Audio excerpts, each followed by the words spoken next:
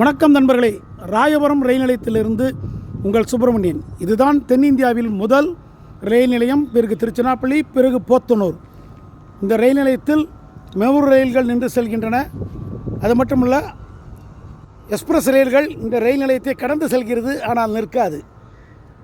முதலான ரயில் நிலையம் இப்போது எப்படி இருக்கிறது என்று பாருங்கள். ராயபுரத்தில் புக்கிங் ஆஃபீஸ்.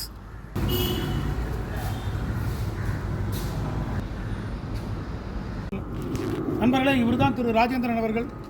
போடி காடமன் ரயில் பயணிகள் சங்கத்தின் ஒரு முக்கியமான தலைவர்.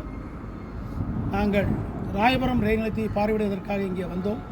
பல்வேறு விஷயமாக சென்னை வந்தபோது இந்த ரயில் நிலையத்தை கட்டாயம் பார்க்க வேண்டும் என்று வந்தோம். இந்த ரயில் நிலையம் புதுமையடைய வேண்டும், மீண்டும் மக்களுக்கு இது பயன்பாட்டுக்கு கொண்டு வர வேண்டும் என்று ரயில்வே நிர்வாகியிடம் தாழ்மையாக கேட்டுக்கொள்கிறோம். நன்றி, வணக்கம்.